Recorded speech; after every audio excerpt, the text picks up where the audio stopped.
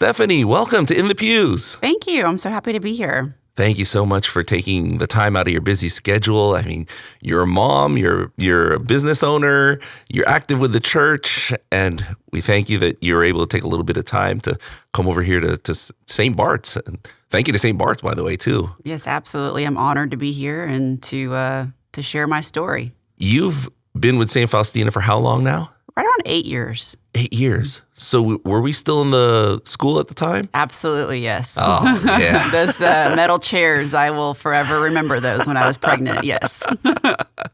And then moving on now to our new building, and it's so exciting that we're growing. Incredibly exciting to be part of that, to have seen it come from the elementary school to now our own place to call home. So your family's been growing along with St. Faustina at the same time. It absolutely has, yes.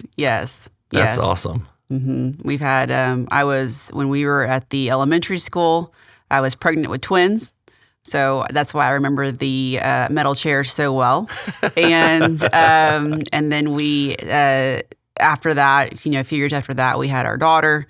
And so, yes, so we've had added 3 of beautiful children to the church as we have as the church has grown. So, did you grow up here in Houston? I did not. I grew up in South Texas. So I was born in Kingsville, Texas, and when my parents got divorced, we moved to my mom and my brother and I moved to Victoria, and I grew up there from 2nd grade through high school. So it was a great place to grow up. Semi-small town, not super small town like some of our beloved Texas towns are, but it was a place where a lot of people knew, who you were. So it was a great place for me to grow up. Did you grow up Catholic?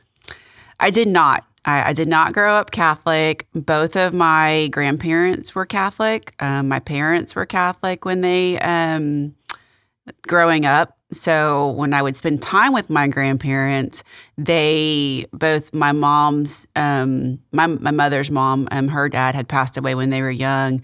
So, and then my dad's parents, very Catholic. I mean, and I say very Catholic, right? What does that mean? Well, my dad's parents every morning would read from the Bible. It didn't matter what time. We were usually up early because we were hunting and fishing and doing all these other things outdoors. Every morning we started with scripture. We started with quiet time. We started with prayer together. And then my mom's mom, my grandmother, my grandma Bame, she would, devout every Sunday, going to church. And that was, she never remarried. She, raised 4 beautiful daughters on her own. And in a time where it was, really challenging for her, but never remarried, and always just spoke so lovingly of her husband, my grandfather. And so that's really kind of, set that tone. My grandmother's made a huge impact on me as far as the just having a insight into the Catholic faith, what it meant to them, having that community, having the just that love of scripture and just staying focused with God always. So they live their faith, not just by name, but they lived it. Yes, exactly. They lived their faith. My grandmothers were very strong women. And, my grandfather was a difficult man.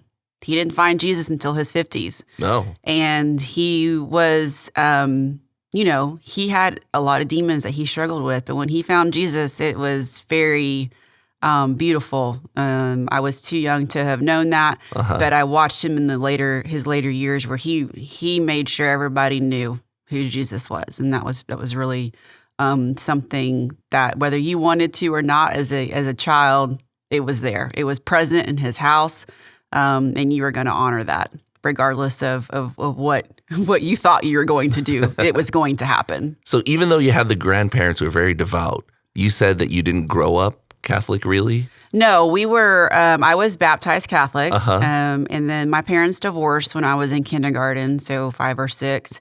And, I don't remember going, we went to church occasionally with my grandparents, and we lived in different towns. We may have gone a little bit when, growing up, I had friends who went through, I think it was called CCE at the time, right? Yes. Their confirmation classes and all of those things. And I was always curious about it, but it just wasn't present. So Okay.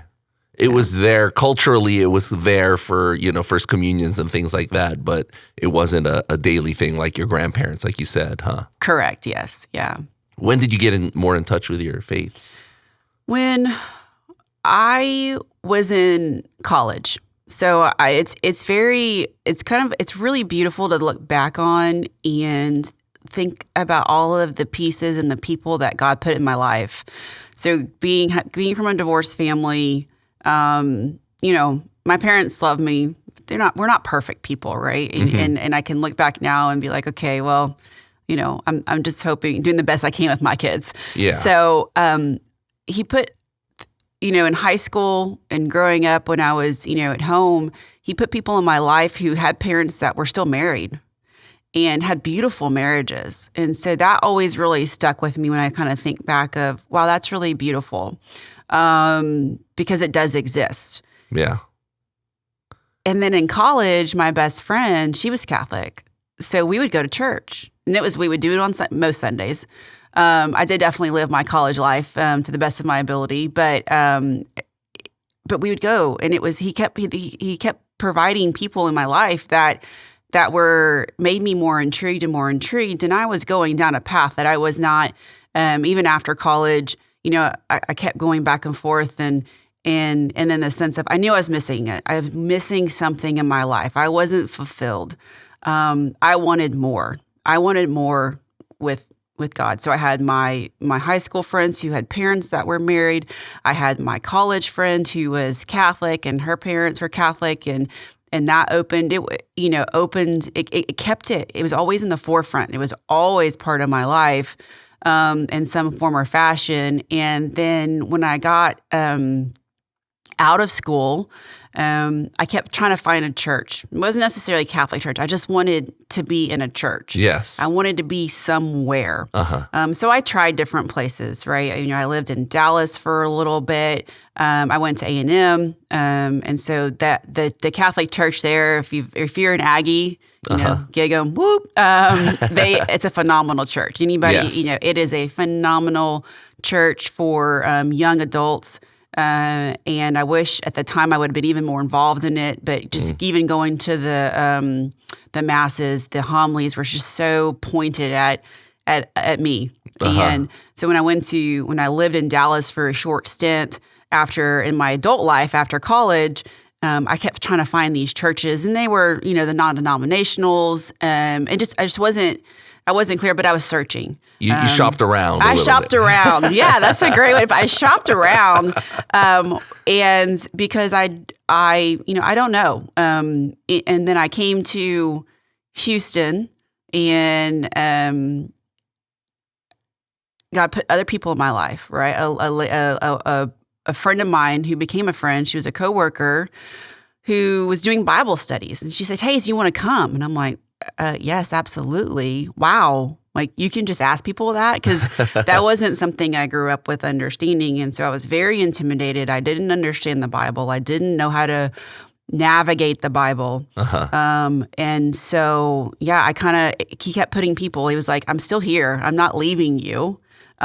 Here's this person. Here's this person that's going to help you in your faith. And so that's how I felt. When I look at the time, I don't know that I saw it like that. Yeah. But when I look back, I'm like, thank you. Thank you for putting these beautiful people in my life to show me an example of what God's love looks like, because I kept getting invited, and now I get to invite people. But at the time, I was really searching. And again, it was, I think it ended at the Bible study was through a Baptist parish. I mean, I was looking for anything at this point, right? There was something missing in your life. There was absolutely something missing.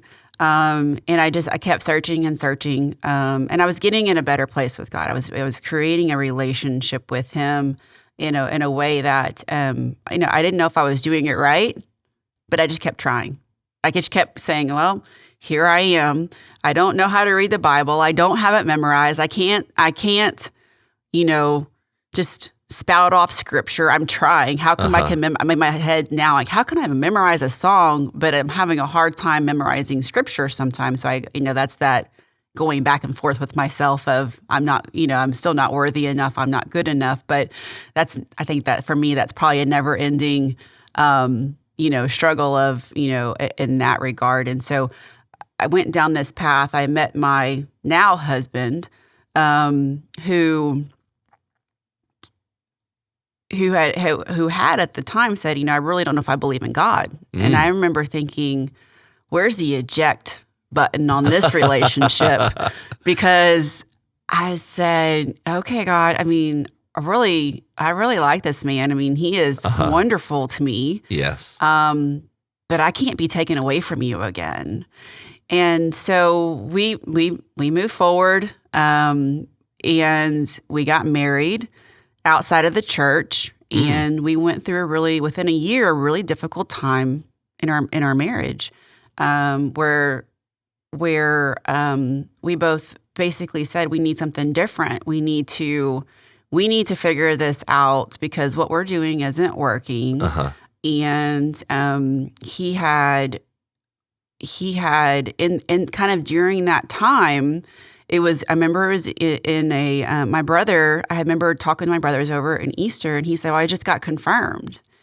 And I said, what? He said, yeah, I went through RCIA, the Rite of Christian, as an initiation of adults. Yeah. Yes. And so it was just kind of out of nowhere. He said, I just got confirmed last night. How old was he at this time? Oh my goodness. He was probably in his early 30s. Okay. So. Right. Yeah. So, his early 30s. And so he and I obviously he's the only one who's lived the same background in life that I have, divorced parents and the faith. And he married a wonderful person who was one of my best friends, my sister-in-law, who grew up Catholic. And so she's, that was, God put her in his life to kind of get him back on track. Right. So he shared that with me, and I thought, oh, I'm so proud of you. Like, I remember thinking, I'm so proud of you, and I'm going to do that. Why have I not done that yet? So I went through and I started looking for a church during this whole really difficult time in my marriage, very early in my marriage, right? Because I'm thinking, this is, I got this. But we didn't. We didn't as a couple. We didn't as individuals. And I remember waking up one morning, I had found a church, St. John Vianney, and I don't even remember how we ended up finding it, but we went to Mass there one day, and I remember the homily so well, because we had been to a few other Masses at Catholic churches, and how we got to the Catholic Church and how I got my husband to just agree to learn more. I never required it. It wasn't anything, but he said, you know what? I will agree to learn more because I feel like he likes history. And one of the beautiful things that I appreciate and respect so much about our Catholic faith is that you can follow the lineage. They're real places, right? Like we can go to Jerusalem. We can go to Israel. We can see all of these places. We can see the tomb of Jesus. And so I thought, oh, thank you, God. Like that was a way for me to understand him a little bit better in that regard. And so his approach was a little more intellectual. Yes. Okay. Yes. He had a different, his reasonings, and I respected them, and all of, he's a really good person. So it wasn't that. It was just faith. Having your faith in your marriage is the number one thing that we need for longevity, right? Yes. So I'll never forget this homily so much, because we were sitting there and we had been to a couple different Catholic churches and Masses, and I could just feel it wasn't the right place. We were at St. John Vianney. This was before St. Faustina was ever established, and so it was near where we lived. And the priest was talking about the celebrities and the different religions out there, and the atheists and the people who don't believe in God. And he said something that was very meaningful to me and to my husband both. He said, in order to not believe in something, you have to believe it. And it was very impactful to me. And I thought, wow, I never thought about it like that. But even to my husband, he said, I can go here. And I thought, oh, thank you, Jesus. That's exactly what he needed to hear. Yeah. So kind of, fast forwarding, I woke up one day, I said, hey, I'm gonna have classes tonight. He's like, what do you mean? I got my confirmation classes tonight. He said, well, don't you think we should talk about that? I said, well, okay, let's talk about it. So it was, I kind of just did it. I didn't do it to be disrespectful or anything of that nature. You just were excited and wanted to join RCIA. Yeah, I had all of, and so I said, well, okay. And he's like, well, are you planning on raising our children Catholic? Yes, absolutely. Don't you think that should be a discussion? I was like, okay. So when are you going to get on board? So it's kind of a quick I didn't really, it wasn't to be disrespectful. I just had such a vision of where I knew where I wanted to go. So he agreed to join RCIA. Oh. To learn more. He never promised he was going to get confirmed, and that was okay. Yes. And what an amazingly beautiful experience it was for us. It was amazing. So, he felt like I knew more about the Catholic faith because I had at that point said, I'm Catholic, right? I'm Catholic. I don't know everything, but I love God. I love Jesus. I love everything about it. And I was just trying to learn more. So I had confirmation classes, but he went through RCIA, which was because I was baptized Catholic. I didn't quite understand it. So I went through my confirmation classes, but so my husband was married previously, so he had to go through a Catholic annulment. Okay. So that was different. So I have two older stepdaughters that are my girls, right? I adore them and love them with everything I have and my whole being. So that's different, right? So it was approach. So we went through RCIA and we learned about not just becoming Catholic, but what it meant before you understood, before you lived your life of faith. And so, so that's how it ended up. So I completed my confirmation classes, but couldn't get confirmed because we had not been married in the Catholic Church. And he completed RCIA and he couldn't get confirmed because, we had not been married in the Catholic Church and the annulment wasn't completed yet. We had gone through that whole process and they were amazing about it. So so we got done and we sat there and we said, oh my God, we want to take communion so bad to have that privilege to have the body of Christ. I mean, I wanted it so bad. I mean, I would tear up just being like, this, it's not fair, right? It's not fair, right? It's, life's not fair, but that wasn't it. It was the waiting. And we talked to our priest and we were just waiting for the annulment. That's what it was. So the following Easter, we got to be confirmed, and not only, but we had to do it together. And it gives me chills just thinking about it. It was such a beautiful service. It was Easter Vigil. It was absolutely beautiful. And we were teared up and we were exhausted and we were emotional. And that's how we got to be in the Catholic faith, not just one person, but both of us together. And this was at St. John Vianney? This was at St. John Vianney. That's fantastic. How long was this whole process? About 3 years. 3 years. Yeah, it was about 3 years. And so it definitely was not between 2 and 3 years. I mean, it was not quick. It was this is a marathon. It's not a sprint. We got impatient along the way, especially me, because I'm like, I wanted it to happen a lot faster. But looking back now, I mean, it was worth every step we took and every minute that we waited, because even to this day, when we get to, and I think of it as a privilege, when we have the privilege of taking communion, because during COVID we didn't get to do that, but the privilege of having the body of Christ and the blood of Christ, it just fills me up. And so, because I think back to those days where I just longed for it. I watch people, I'm like, you have no idea how lucky you are. I want that so bad. And so, yeah. At any point, did you and your husband, like when things were, a year into it, 2 years into the process, did you say, maybe we should just bail out, go to another church, Did that thought ever creep in? No, it did not. Through the RCIA program, because even though I wasn't technically one of the catechumens, I went to all the classes because I wanted to learn more. Of course. Thought, well, I want to understand it too.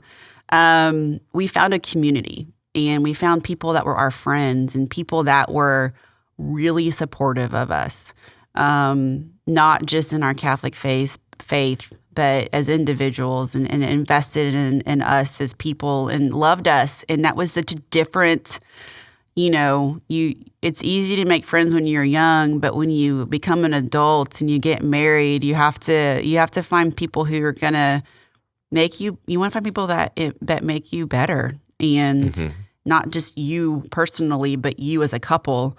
And so we felt like we had found that. And it wasn't the people that were supporting us, the director of the RCIA, and even the priest. They said, it's okay. It's a wait. It's like, it's worth the wait, Stephanie. It's worth the wait. And we're like, okay. So, no, we never, I don't ever remember. I mean, don't get me, we got frustrated. We got impatient and all those things because we wanted it so bad. Yeah. But we never were like, it's going to get better somewhere else. So your husband, at what point did you realize, oh, looks like he's in, he's all in here? There was a day of prayer that we went to through the program, and I got to go with him because I went every time, and there was a moment where he stood up and he shared. Oh, it was an exercise, and they said, well, pick a toy out of this box. And he did. And I didn't actually I don't remember the whole thing, but I remember what he said. He said, I didn't always believe in God. I picked this phone because it was this SpongeBob plastic flip phone. It was a kid's toy. And it didn't work. We still have this phone. And he said, I used to not believe, in God. And it was hard for me to understand it. He said, but then I realized that we all have a cell phone and we all make phone calls all the time. We use this cell phone, but do we really know how it actually works? But yet we have enough faith in it to trust that we're going to be able to call who we want to call and do the things that we want to do, even though we can't necessarily see it. Yeah. And so he said, that's the same with God. Why? It made me realize I can still have a relationship with God and trust Him and have, have a real relationship with Him. Just because I can't see it doesn't mean that it's not there. Yeah. So it was kind of this interesting, it was his very analytical mind that I thought, well, that's a really great, because not everybody thinks of things differently. Their brains work differently. And I was not in any place to try to get him I didn't want to make him do anything. And that was never my goal.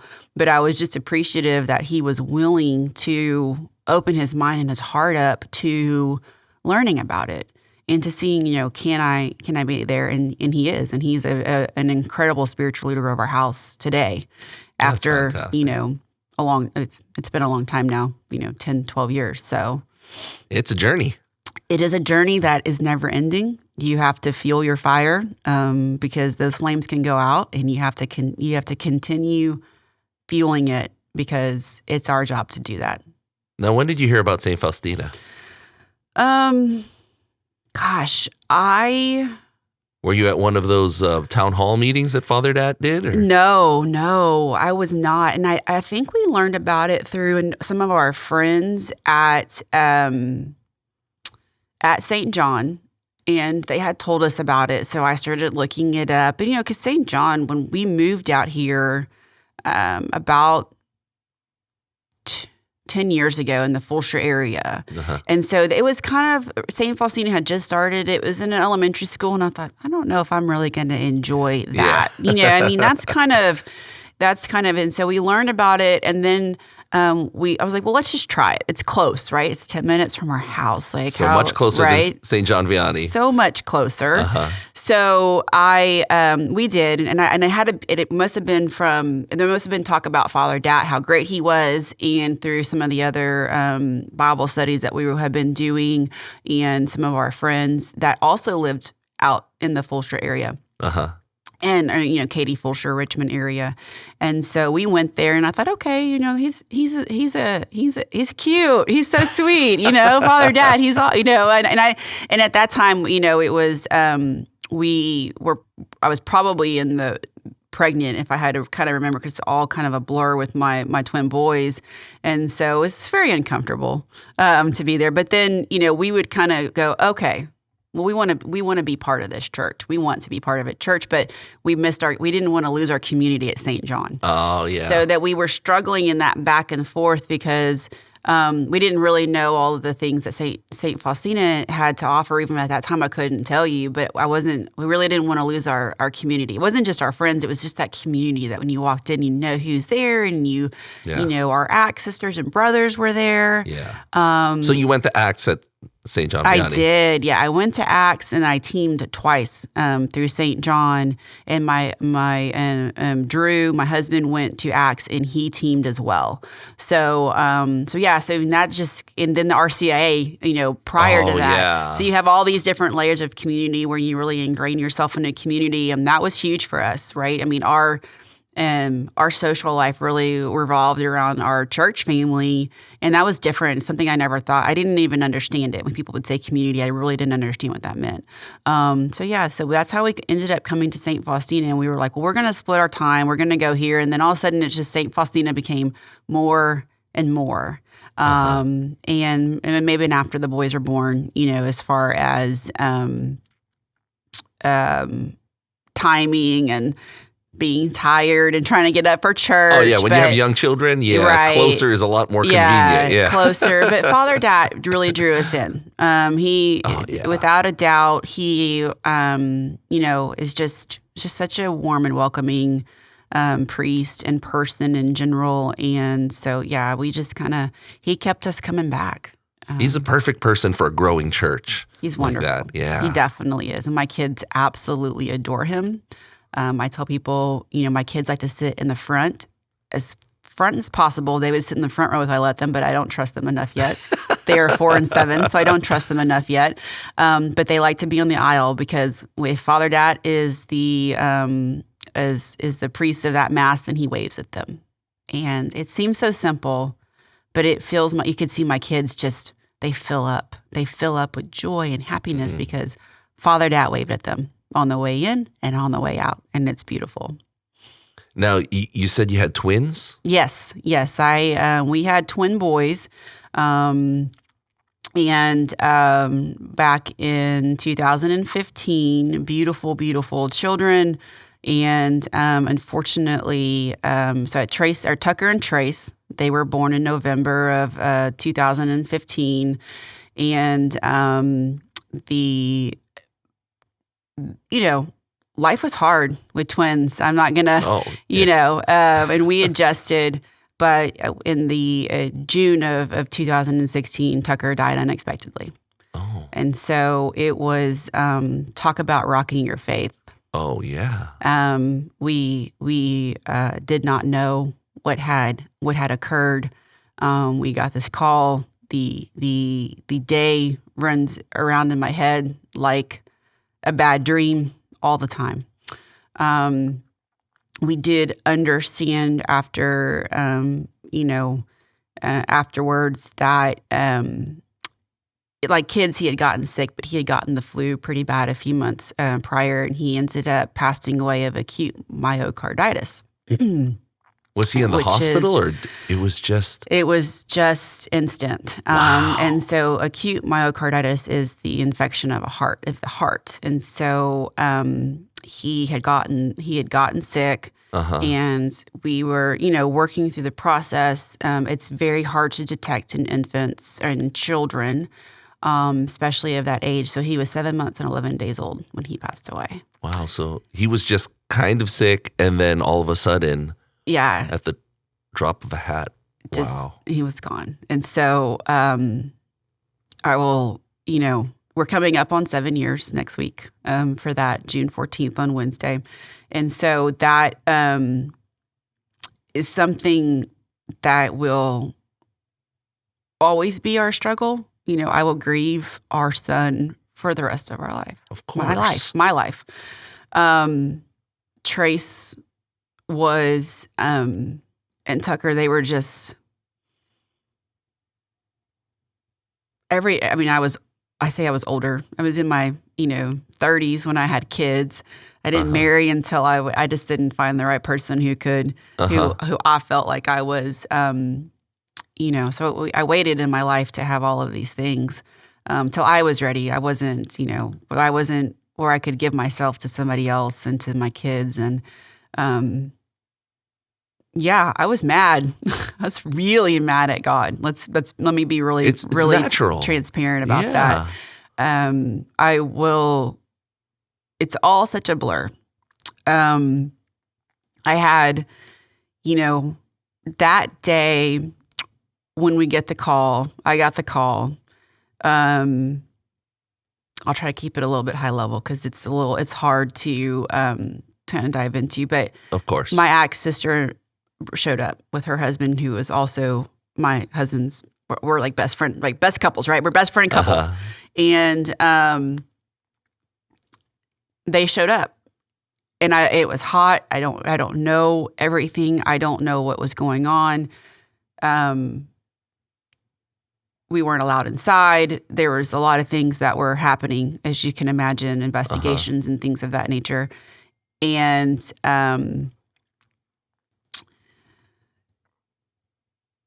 they showed up.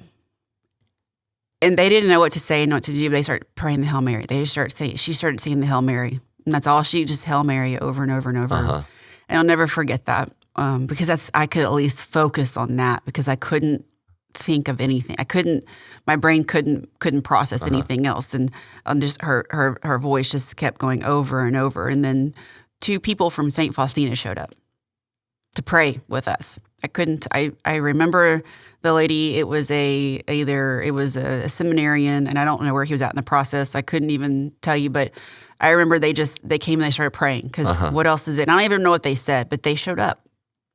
The next day, Deacon Randy showed up. So what, and I say showed up, I mean, I don't know. They just said, hey, can we come? And I'm like, yeah, sure. I mean, I don't have a lot in me right now. Yeah. And so Deacon Randy came, and what was really, it's really beautiful. He's such an amazing man, but we knew he was on the RCIA team when Drew went through RCIA. He was on the Acts team. He wasn't a deacon yet. He was going through the process of being a deacon. And so we already adored and loved Deacon Randy. So when he went to St. Faustina, it was also a sign of like, hey, this is what a blessing. Yes. And then Father Dat came to my house, and he sat and he talked to us and he prayed. And,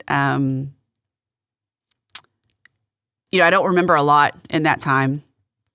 And I've been told it's probably a good thing because of the emotions and the feelings and things like that. And that's okay. I don't need to remember the process afterwards, but I remember certain things. I remember I remember sitting on the front porch with Father Dat because I had a house full of people, and and what else do you do? So instead of kicking them out, Father Dat, myself, and Drew, and Trace, who was a baby, all sat on the front porch, and he presented us. If you remember, there is a poster. It was the that we had at the elementary school that we all looked at, right? It's the one we have up now. And he said, I've been praying to this for the last 2 years, and I'm going to give it to you. Is it an image of St. Faustina? Yes. Okay. Yes. It's the image of St.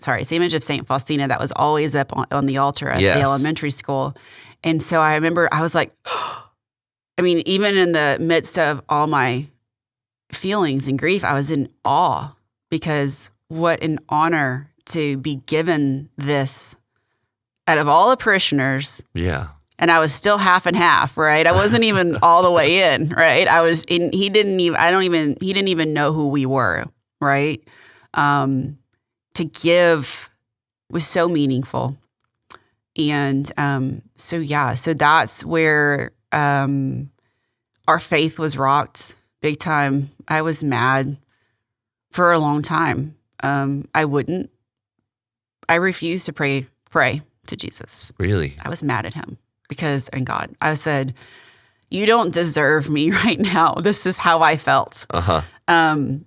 How can how all the feelings that you can imagine feeling when you lose a child that you had no idea, we had no warning. There was nothing that we could have prepared us for that. Yeah. Trust me, we've done all the research and looked back and said, how do we, what could we have done differently? And it's still after, almost 7 years, I still get in these moments. So yeah, because you expect your parents to go before you. You expect your grandparents to go before you. You don't expect your child to go before you. Exactly. It's not a natural transition of life. And so, it was hard. I remember we got into therapy right away because we had worked so hard to have our faith first, and what a thing to rock you. And it scared us both.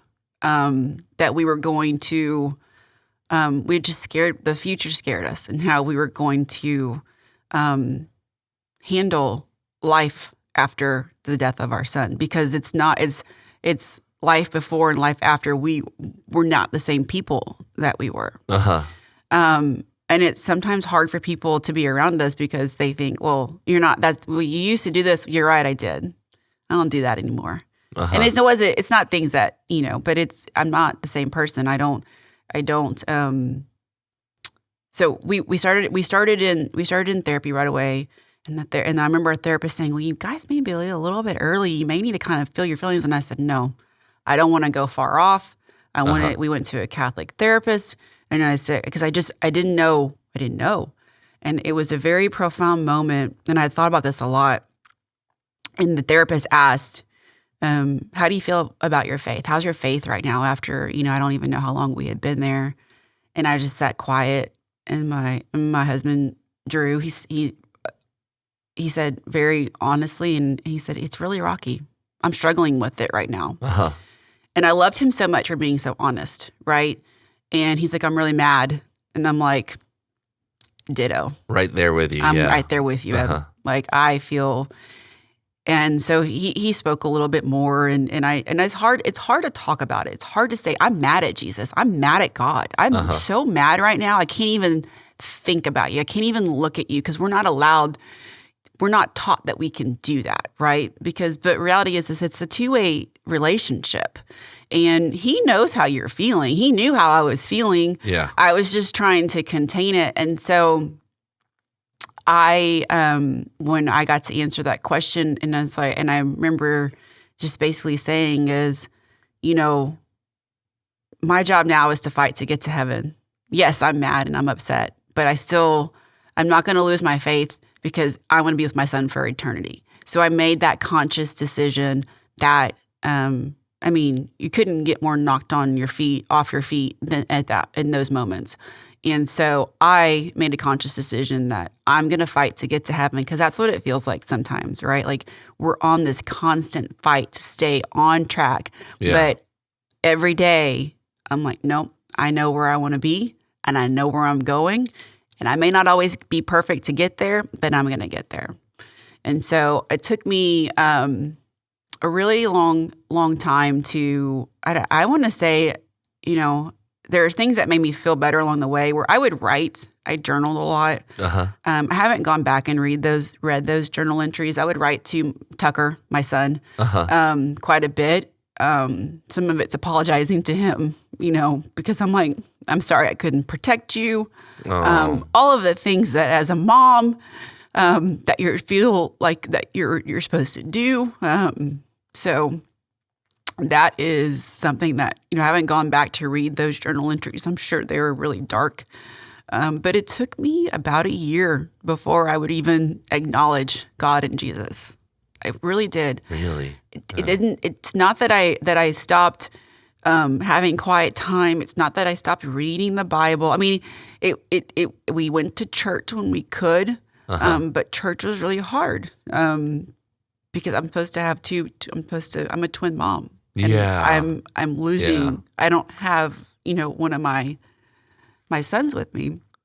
But I always went back to Mother Teresa because she was away from her relationship with God for a long period of time. And that always it made myself feel, I try to make myself feel better, say, Mother Teresa did it. Don't do it for that long, but give yourself some grace and some time, because when you come back, it's going to be even, you're going to, when you're ready, he's going to be there. So I had a lunch with a client, right? And he asked me, how are you doing? And I said, I'm fine. Just real flat. It's maybe 6 months after Tucker had passed away. And he said, no, you're not. And I said, excuse me? He said, there's no way you can be okay. Don't lie to me. And I kind of just shook my head, and I didn't want to go there. Yeah. Because you can be very vulnerable. And Yes. I had figured out how to function enough in real life, but then I knew how to, for the most part, deal with my emotions so I could do it in my private time. Mm-hmm. And the one thing he told me that felt very, and I've told people this since, and he looked at me and he said, Stephanie, you need to get mad at God. You need to yell at him. Don't hold on to how you're feeling. Let him have it. Just yell at him. Do whatever it is that you need to do, but you need to let him have it, because he already knows how you're feeling about him right now. And I was taken aback by this. I was like, you can't talk to God like that. What? So it took me a while to process this thought. And I thought, nope, I kept pushing it aside. And then one day the grief got so heavy and so hard. And I remember just finally letting go. And I said, I was by myself, right? Nobody else was around. This is a very, I was in my house, probably in the closet, because that seems to be the safe place when you're grieving to go. So I just remember all kinds of words came out of my mouth. I don't even know if I was speaking in tongue. I mean, it just all finally came out. You just let it all loose. I let it all loose. And it was a turning point for my relationship with God, because it was no longer based on platitudes. It was based on a real relationship that went both ways. Because then, again, he already knew how I felt. Yeah. Why was I holding on to something? Why not just let him have it? And I wasn't doing it to be disrespectful, but I was just in so much pain that if I didn't give it to him, then I was going to put it on other people, like my marriage. You were being honest. Right. And so having that real honesty, it wasn't easy, but it was something that I'm so grateful that that person had really pressed me on, because I have now, unfortunately, had to share that with several of my friends who have lost loved ones, whether it be their husband or their child, since then. And 7 years seems like a long time, but a very short time. And so I have told people that more than once, more than twice, and they will come back and say, when you told me that, I was really taken aback. Like, I can't talk to God like that. And I said, I know, honey, I felt the same way. But then they would text me, it may be a month later, and say, it finally got too much, and I just let him have it. And you're right. I feel better, and he's still there. Yeah. So, at what point do you think it gets a little bit better? I don't know that it does. The way that I've described it to people is when your child dies. When my son Tucker died, it was like all of a sudden somebody put a 500-pound weight on my back, and it crushed me. It crushed me to the ground. I couldn't get up. I couldn't move. And fight is always a word that I feel like I use a lot, because sometimes it feels like a fight. It's a struggle, right? So I'm just fighting to survive. And so that 500-pound, just pretend like it's a backpack for just a visual. And all of a sudden, one day I may get up on my elbow, but I fall back down. But then you get up on your knee and you fall back down. And then eventually you just keep trying, and one day you're standing. And then one day you're taking a step. And then one day you're walking a mile. But that 500-pound backpack is always on your back. And there are moments when you still get crushed by it, but you keep fighting to get up. And that's the best analogy that I've been able to come up with as far as, when does it get better? I think you get used to figuring out, at least for me and my brain and my engineering brain, is, okay, I know I can handle this, but I really know I need my time. I know I need my time to cry, and I know I need my time to, look at pictures of my son and how am I going to approach life, being kind of a very analytical. So I think now that's how I put it. It's like my husband, Drew, and I just had these 500-pound backpacks put on our backs that crushed us. Pretty like it's 1,000 pounds. However, and every day we get stronger in that regard. But then there's sometimes where it just crushes you, and you have to give yourself grace for that, because if you don't, then you're carrying it, and you just get worn out, and then you start taking down other people, and that's where I have to be very mindful of, right? Because who do you take it out on the most is the people that love you the most. Yeah, that's the easiest one. Yeah. So the interesting, it's really not interesting, but the thing that we're going through right now is Trace being 7, Andy's 4, and so Trace being a twin, that twin relationship, it's real. So when he was younger, we grieved, and we grieved for ourselves, right? Because he didn't know. He was 7 months old, 7.5 months old. So he could see things, and I just remember thinking, God, please don't let me. I didn't want to, not say, but I wanted him to have the best life possible, right? Even in the midst of this, I wanted to be able to emotionally be there for him, right?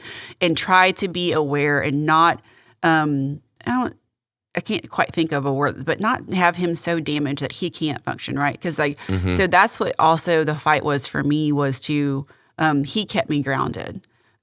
Trace kept me grounded. Trace is the one who I was like, I woke up every day, because if not, I didn't have a reason to wake up. Like, who was I going to take care of? I didn't care about myself at that point. That's just, let's be real transparent. I didn't. I didn't feel like I deserved to have anything at that point.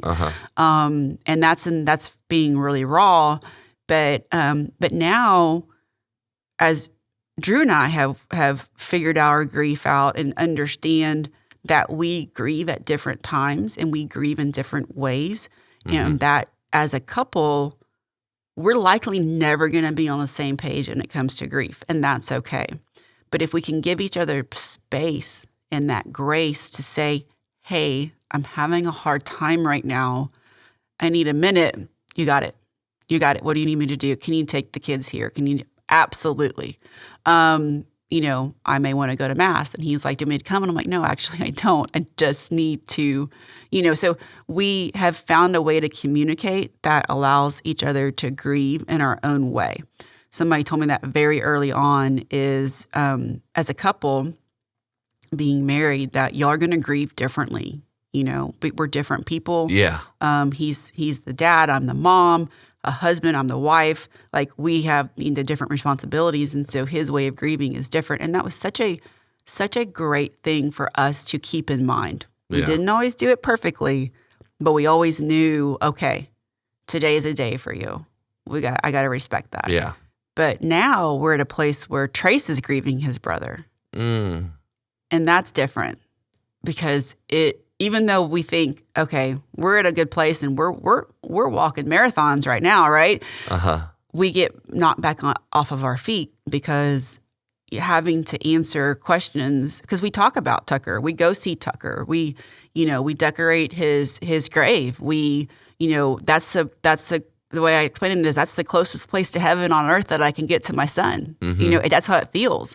My kids will not know. Will always, or should I say always know, being in a, they call it graveyards that are by church, but that's a cemetery. That's very normal for them. And I'm like, well, this is our life. Yeah. So talking about heaven at a very young age is for him is normal. So here we're 7, and it started probably 3 years ago, maybe 4. He would, say, I miss my brother. I miss my brother. I miss Tucker. Oh. And you're like, okay, baby. And so we'd go see him and we would talk. But then when it really started happening was when he started having a life change and went to kindergarten. And that was 2 years ago.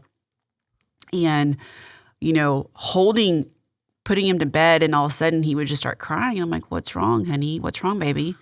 He's like, Mommy, I miss Tucker so bad. I miss Tucker, and bawling. I mean, he would just start bawling and like almost to hyperventilating. He was going to throw up. And I'm just like, wow, because my grief wasn't hard enough, but watching my child grieve him is wow, So we're working through that because I don't know. I don't know what that looks like for him. Yeah. And it's been, it comes and goes as far as like the heaviness of it. Yeah. But there's not one day we don't talk about Tucker. We have, obviously all of those, the pictures and things of that nature. But to watch my son and now my daughter, who's 4, who's somebody that, Tucker, was gone before she was even born, but she feels very much connected to him. She's kind of calls him her little brother, but I miss my brother. I miss my brother. I want Tucker. In this past Christmas, we were at my kids got to go or seeing Santa Claus and Miss Claus, and it was last minute. It was unexpected where we were going. And so the kids were up there taking a picture. It was great. We left and they, told them what they wanted from Santa. And I didn't think anything of it because we were, it's in and out because it's so quick. It was a couple hours later and he asked me again. He's asked me the same questions a lot. Mommy, can you come back from heaven? I said, no, baby, you can't. Once you're in heaven, you stay in heaven. And he shook his head and he said, well, I guess my wish from Santa is not going to come true. And I remember I looked at him and I looked at Drew because we both stopped and I said, well, baby, what did you ask him for? And he said, the only thing I wanted for Christmas was for my brother to come down from heaven and play with me for the day. Oh. And I said, you're right. That's not going to come true. But wow, what an amazing wish for you to ask for. Yeah. And so that's our current life.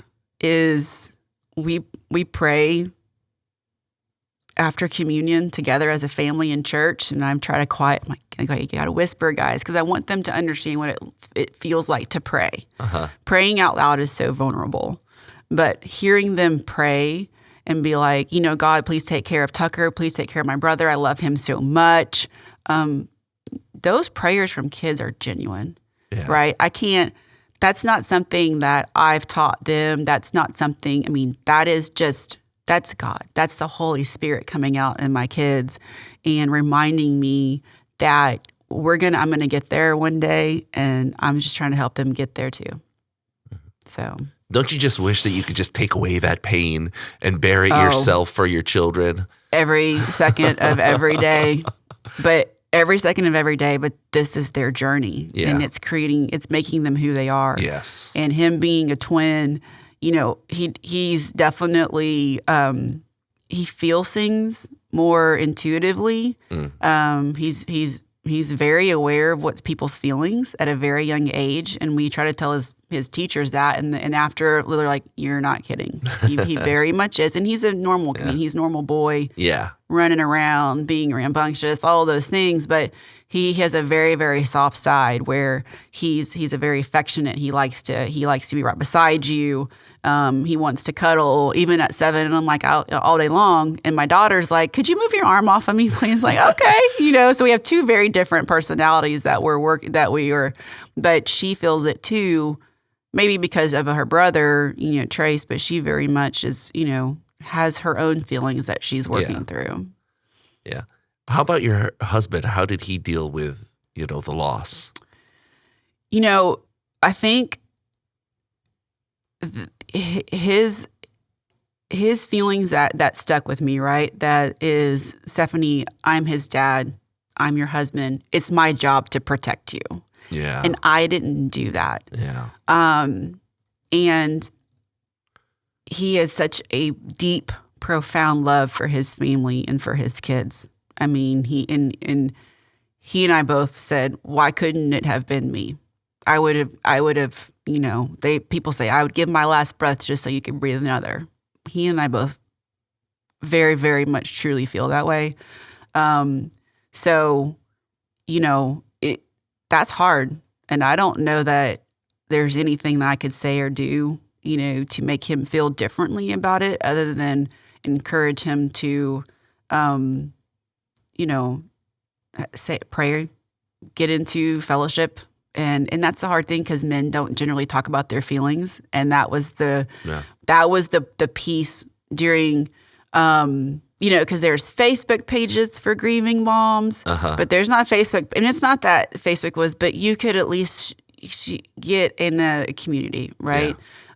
So that was kind of the men just don't generally, but they just don't generally talk about their feelings. And it's not even easy for him either to be vulnerable in that stance. And so. Well, we were raised by a generation of dads who said, boys don't cry. Exactly. Yeah. Right. And so I think that's where, if I had to kind of summarize his grief, I don't know that he feels differently about that necessarily, but it definitely has created us to be more cautious with our kids and now we just struggle being overly cautious so that they can still live their life. Yes. Does that anger ever seep back in every once in a while? Yes, it does. It easily does. For me, and in fact, the other day, I remember I was going down this path like I did 7 years ago, and I'm like, why am I doing this again, right? Because you're constantly having to fight this fight, and I allowed myself to feel it because what I realized is I'm never going to be healed from my grief from my son. I'm always going to grieve my son. So the feelings I have are valid. The feelings that Drew has are valid, but we have to stay focused. We can't, it's been, we're not perfect. None of us are perfect, but you still have to continue fueling that fire so that it doesn't go out. And so that's where the anger is definitely there. I get angry because my kids are hurting, and that's not fair to them. Yeah. Yeah. They did nothing to deserve that kind of pain. Yeah. And so now I will live my life trying to help them work through their pain and their grief. And the one thing I always, when they do share something with me, is thank you so much for sharing that with me. Because even as kids, they don't want, because sometimes it makes us cry, right? They don't want to make their parents cry. Yeah. But I'm thinking, we think about our son every second of every day. He's with us all the time. Yeah. So nothing, bringing him up is never going to, I'm already thinking about it. So let's talk about him, know? So I think that's where I get angry the most a lot right now in our current phase in life is having our kids be in pain. Our older stepdaughters, Ashley and Rachel, they love their brothers so much. And so they really remember. Yeah. They were there. They know, they saw, and they still grieve it. Right. Of course. It's it's frustrating. Yeah. It makes me angry to think that even they are going through, pain and that because you just want to take it away from your kids. You don't want your kids to ever be in pain. Yeah. So, it's the nature of a parent. It's the nature of a parent. Yeah. And in this instance, there's nothing that we can do to take that away from them because truly It's because he was so loved, right? I mean, we loved him so very much in that small time that we had, 7 months and 11 days. That's what we had for him. So yes, I get angry. And it was so Sometimes. sudden. It was so sudden. Yeah. Yeah. Did you ever have that temptation to, do what, of course, is not recommended, but just not talk about him, not think about him, not. No, I wasn't capable of doing that. And I know people have done that. And I think that that's where I understand that no one loss is the same. Like, we know one person's, grief is always different. Yeah. And I would tell people, give yourself grace if that's what you have to do to survive. But just to know that that's not long term. That's not something that you can sustain. Yeah. So it isn't. We talk about him every day. And I talk about my kids. Yeah, I have 5 kids. And whoa, wow, you must be Catholic. Well, it looks a little bit different on paper. Yeah. But my oldest is 32, my youngest is 4. And that's kind of how I leave it. Because when you start talking about the death of a child, people get very uncomfortable. So I don't really care if you're uncomfortable, but I don't really need your pity or anything of that nature. But I have 5 kids, and I'm, and 2 of them are my stepdaughters, and then I have 3, and I've had 3 kids and 2 pregnancies, and that's kind of what I tell people. And so I just leave it at that. And so, yeah, I get angry because I never got to hear my son say mom or mama. I never got to hear him say I love you. I get really angry for Trace because he is a twin. I mean, he's a twin, and he just wants to have a best friend with him 24/7. Yeah. And he's got a great personality and he's funny, but you can definitely see where he just likes having people with him all the time. And that's okay. And it's okay. Everybody's different. Like, some people need their alone time, and some people he doesn't. That kid, he doesn't need to recharge. He can be with you 24/7 and be perfectly happy. Well, from conception, he had a buddy with him. Yes, and that's what fought. It was. And they fought when they fought for space. And I would tell them during the day, Tucker was awake, and at night you were awake, and and I was so exhausted because they were kicking, and they were good sized babies. They were so healthy when they were born, And so, yeah, he from conception he had Tucker, and always, he goes through moments where it's really, really pure and beautiful, where he's like, Mama, Tucker's in my heart, and I always feel him with me, and I'm like, oh my gosh, that's amazing. And then he has moments of being angry and sad and hurt of, why isn't he here? Yeah. Why can't he play with me? Because we would be best friends. And I think especially when he sees like twins in his grade, he sees that ability and that relationship. And I think, yeah, baby, I don't have the answer. And it's hard for him because I don't always have the answer. And I have to be very honest with him, because as parents, we want to be able to give them and tell them and guide them and say, I don't know, I have the same questions. But all we can do is just pray to God and ask him, and pray that Tucker comes to you in your dreams, because sometimes he's like, oh, I dreamed about Tucker last night. I'm like, oh my gosh, tell me about it. So, and then our daughter is similar, and not as strong because she's 4, but they fight over because saying, well, I was alive when Tucker was here and you weren't. And I'm like, oh, let's not go there, So I mean, because she was wasn't born yet, but they are. Yes, I do. I get angry, and I just allow myself to feel it, because it's you got to give yourself grace. Are those milestones harder, with your son, thinking, oh, there could have been another boy there at that time? All the time, because it's one thing to, celebrating birthdays, right? Yeah.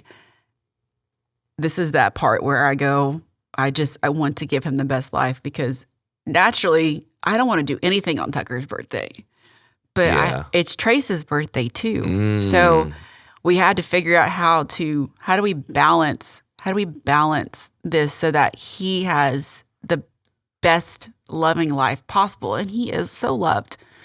But that's hard. It is hard. It's the Christmases. It's you look at a picture and see you're always missing somebody. Yeah. So a lot of times, most of the time when we take pictures as a family and more professional, not just, the casual ones, but we always have a picture of Tucker somebody's holding. Yeah. And so it's always who's going to hold Tucker, and it's a picture, and it's the same picture we've had when he took his, even when he was a baby. So from when he was doing like his 1-year-old pictures, we always had a picture of Tucker with him. It was kind of the same picture. And so yeah, I mean, it is very hard. Like when he starts to, when he's playing baseball, right? And there's twin boys on the team. And I'm like, that's hard. Wow. Yeah. Okay, God, you're telling me something. I don't really like it. I don't know what you're trying to tell me. Or when you hear another, we were just finishing baseball season, but when you hear the name Tucker for a baseball player, you hear, on the Astros, there's Kyle Tucker who's in the outfielder. So my kids love him, right? Oh, it's Tucker batting. So I mean, it's kind of it's one of those where it is very hard. The milestones are incredibly challenging, and it's never the same. It's never the same. Like I could feel myself coming up on this week and being a lot more emotional about it. And I mean, looking ahead to it, I'm sure there's going to be a lot of difficulty, high school graduation, confirmation, those types of things, those milestones, there's just something missing there. Always. And it's going to constantly test your faith. Always. It absolutely is. It still does. They say there's always going to be an empty chair at my table. Yeah. And that's at church. That's in the car. I'll always wonder what life would have been like with him, what his voice sounded like. He had the best giggle. I mean, he had a giggle that came from way down deep, and it shook his whole body, and these big old cute cheeks. And I just think about that all the time. And I can sit there and daydream about my kids and him being there. Yeah. What would he look like? And my son asked me, Trey said, what is Tucker going to be like when we get to heaven? I said, I don't know. Do you think I'll recognize him? That's a great question. Is he going to be a baby? I said, heaven is what you want it to be. It's the most beautiful place that you can imagine. Yeah. I always just hope I answer it right. Because I don't, that's how everything I've looked at. And so when Drew and I were talking one day, and I said, you know what I think? I think when I get to heaven, Tucker's going to be 7 months and 11 days old, and I'm going to get to watch him grow up. Oh. That's what heaven's going to be for me. Yeah. Doesn't that just sound beautiful? It does. So that's where I'm at with it. And so that's a motivation to make your way to heaven. Exactly. That's the fight to heaven. And so when the grief and the anger and all that gets to you, I have to give myself grace. Sometimes it's adoration. Sometimes it's going to church and just sitting there. Sometimes it's just working out. It is different every time it comes up. Yeah. But what I've learned is I have to acknowledge it. I have to give it the space that it deserves, because that anger is love. It's that love. There's so much love that I have for my son, that even more now than I ever thought was possible. So that's where, I get angry, and I'm okay with it, because I'm a person and I'm real, and I have to give myself that grace. What advice would you give to somebody who has a friend or a family member that is in the midst of grief? Show up, sit with them, let them cry. If they say something really crazy, it's okay. Sit in the pain with them. Show up. And that could mean something different for everybody. And what do I mean by show up, right? If they're in a lot of pain, don't try to pull them out of it. Sit in the pain with them. Go to church with them. Go to adoration. Go to their house and just let them talk about the person they lost. Don't care if it makes you uncomfortable, right? It's healing for them. Mm-hmm. You know, everybody is going to grieve differently. So you kind of have to kind of judge that person. And if you ask them to do something and they turn you down, don't stop asking. I would tell my friends, I just can't do that, but thank you for asking, but please don't stop. And they did. I mean, it's natural. It may be 1, 2, 3, 4 years from now, but don't stop. You know, if it's a child, if it's, you know, remember their birthday. Remember the day they died, went to heaven, you know, put it on your calendar, send a quick note thinking about you today. That's it. It's a marathon, right? Like everybody shows up right after something tragic happens, but then everybody goes back to their life. And that person sitting there going, how can you possibly be moving on when my son's gone? I can't, can the world please stop turning? And you can't make it. And so when I say show up, it's not just right immediately. It's long-term. It's sending that text if you think about it. It's knowing when their birthday is. Do they have an anniversary? The day they, you know, asking, hey, what are you going to do? Can I, you know, or dedicating a mass to their person. It's a long-term. I have people that I've kept up with now for 7 years that I've met, and they said, I can't believe you're still texting me. And I'm like, how can I not? You're woven into my, you know, because they lost a child, and all of a sudden after you lose a child, you like know all these people, and this sucks because I don't want to know you because of this, but I'm so grateful for you. I'm so grateful for you for sharing your child with me. Ask them about that person, right? Maybe not like really, but allow them to tell you about them, ask them questions, say their name. Oh my gosh. People are they don't want to ask me about Tucker. Why? I mean, and I don't think as a culture, we do a great job of honoring those who have passed, right? Because it's taboo or whatever, you know, you're going to make them upset. No, they're already upset. There's nothing that you're going to say or do that's going to make me not think about my son. Yeah. And so I had a really beautiful ag sister ask me, hey, could we like go grab, you know, coffee or something and you show me pictures of your son? I was like, yeah, I would love to do that. Nobody's ever asked me. Am I like crying thinking about it because nobody's ever asked me to do that? She was like, I would just really like to know your relationship with him. And I would just like to I would just like to see more pictures of him. And I'm thinking, what a beautiful soul, because I just really believe the Holy Spirit was really pushing her to do that. So, ask to see pictures, ask to tell stories.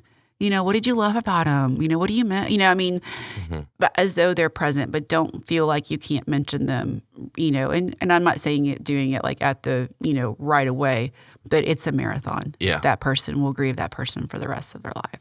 What's the worst thing somebody could do to somebody who's grieving or say? Oh, there's so many things.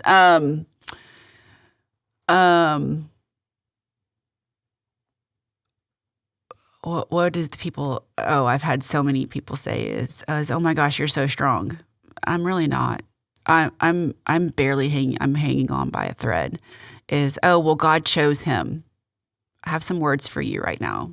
Don't ever tell me that again, because that doesn't make it better. Oh well, they were chosen. No, that's not quite how that works, right? Like, so I've struggled a lot with that. Oh, you're a better person now. Well, I wasn't a bad person before, you know? So I know that you're like, oh my gosh, people say these things. And the reality is I give a lot of people a lot of grace. I've had friends compare my son's death to their divorce.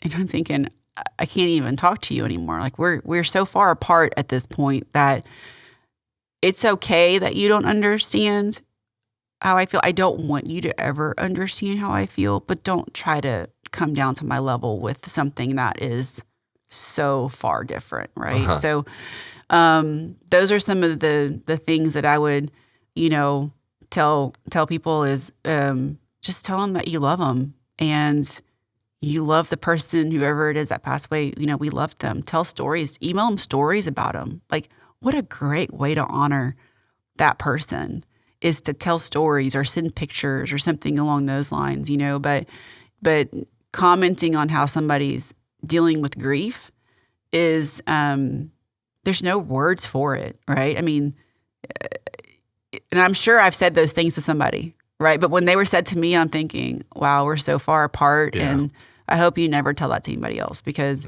I'm not a better person because my son's gone. Like, that doesn't make me a better. I was already a good person before. It changed me. Yeah. And no, God wasn't chosen. I would be like, okay, I'm going to have a lot of really things that I never said anything back because I was just such in shock, right? But I think if you don't know anything to say, just tell them that you love them and that you're praying for them, and that you realizing that it's a marathon. A year, 2, 5, 6, 10 years from now, I still have sisters that are reaching out to me. That means so much to me because remembering my son is probably the most genuine thing that you can do, and it takes nothing, right? Yeah. It's in your heart. It's who they are. It costs nothing, right? A text, an email. Yeah. Wow.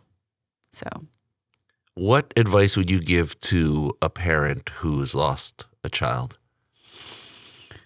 Wow.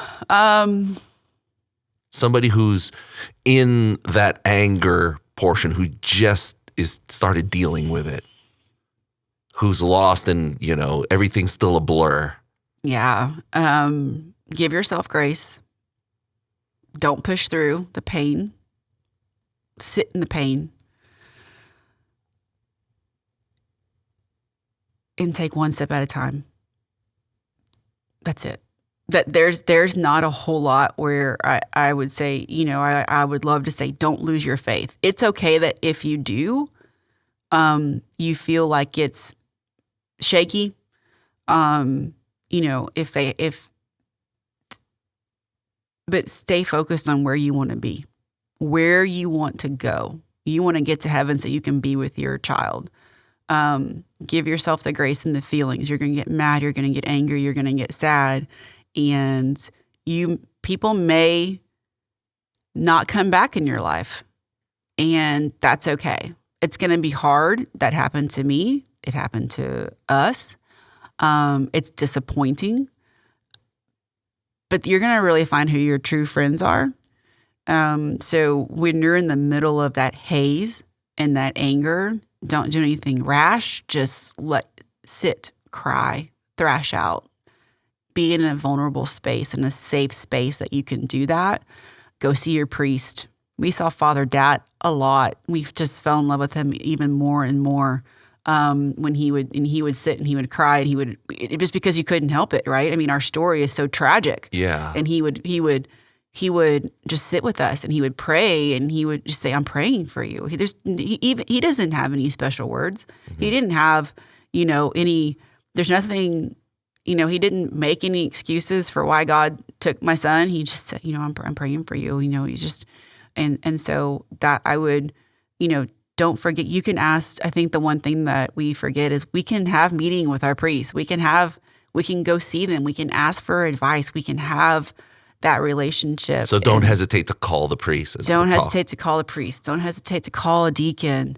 Call the office. If you don't know, call them and say, I just lost my son and I really need somebody to talk to. Is the priest available? Is the deacon available? And just go. Mm-hmm. It's very vulnerable, but you can't be in a more safer space with a person than that. Go to sit. I would sit in adoration, and I would sit and just cry and cry. And I was loud, and I couldn't help it. I would sob and sob. And I would sit in that pain. And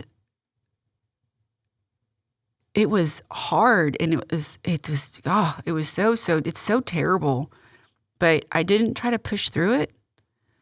And I think that allowed me to be a mom to Trace, because he continued to be my focus. And eventually, because at some point it's like, I have nothing left. So I could pick one thing, and that was being a mom. Mm. Not that being a wife isn't utterly important, but I knew that Drew would be okay if I just needed to focus on, if I could just do these one thing. So eventually it allowed me to start saying, okay, we need to continue, working on, being focused on each other. We we never lost sight of each other, and I think that was really beautiful. So is that something you'd say also is focus on something like being a mom too? Absolutely. Stay focused. Find something. I know I'm goal oriented, and that it's really not a goal, but it's a focus of what means the most to you to keep you moving forward. And in that instance, it was my son, my earthly son, right? Mm-hmm. It was the one that I could physically, as a mom, I want to take care. I'm a caring. I want to love, and I want to take care of him. And that was the one thing that kept me moving forward. And so I have had friends who said, "Oh, this person, lost their child." And same thing you asked me, I'm like, you just got to show up for them. You got to give them grace. Well, what do I say? You don't. You love on them. You hug them. Send them food, send them dinner, because they're probably not eating. All of those things that just don't take. No, just do it. You just got to do things, right? And so, staying focused on something that matters to you, even if it's just, I don't even know if it's an animal, right? Or if it's a parent or something along those lines, or maybe it is your husband or your wife. I mean, that may be what you have and that what keeps you grounded. Do you think some of the friends or family say the wrong thing because they don't know what to say? Absolutely. Absolutely. And it's, at some point it does, it's frustrating. It makes you mad. But that's where a lot of you learn to be graceful in some things, and you can be tactful and be like, please don't ever say that again. And you don't have to be rude about it, but you can kind of educate them as well, because like I said, I'm sure I've said things like that to people that I just didn't know any better.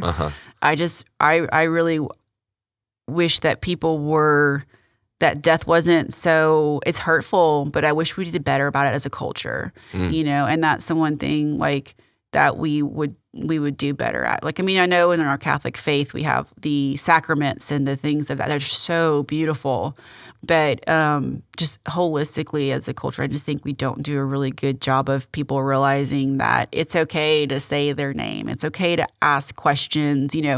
Don't ask them how they died if they didn't give it to you. If they didn't tell you, don't ask them. Because if it was tragic, like when Tucker passed away, I didn't know. 2, I didn't want to relive that day because it was so horrible. Yeah. It was like a scene from a movie, literally in my front yard. It was horrible.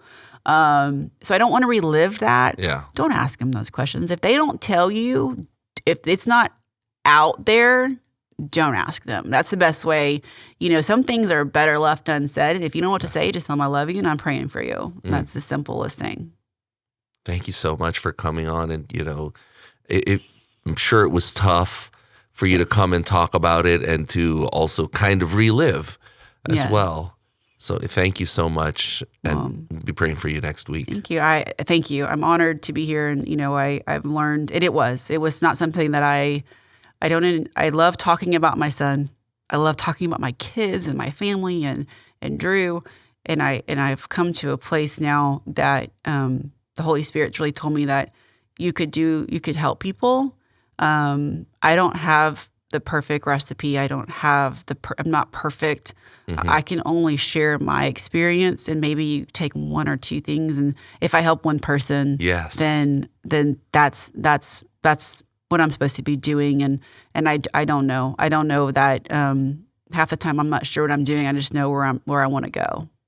Hopefully somebody who may be in grief or who has a friend or loved one who's in grief will see this and take something away from it. That's my hope as well. God bless. Thank you.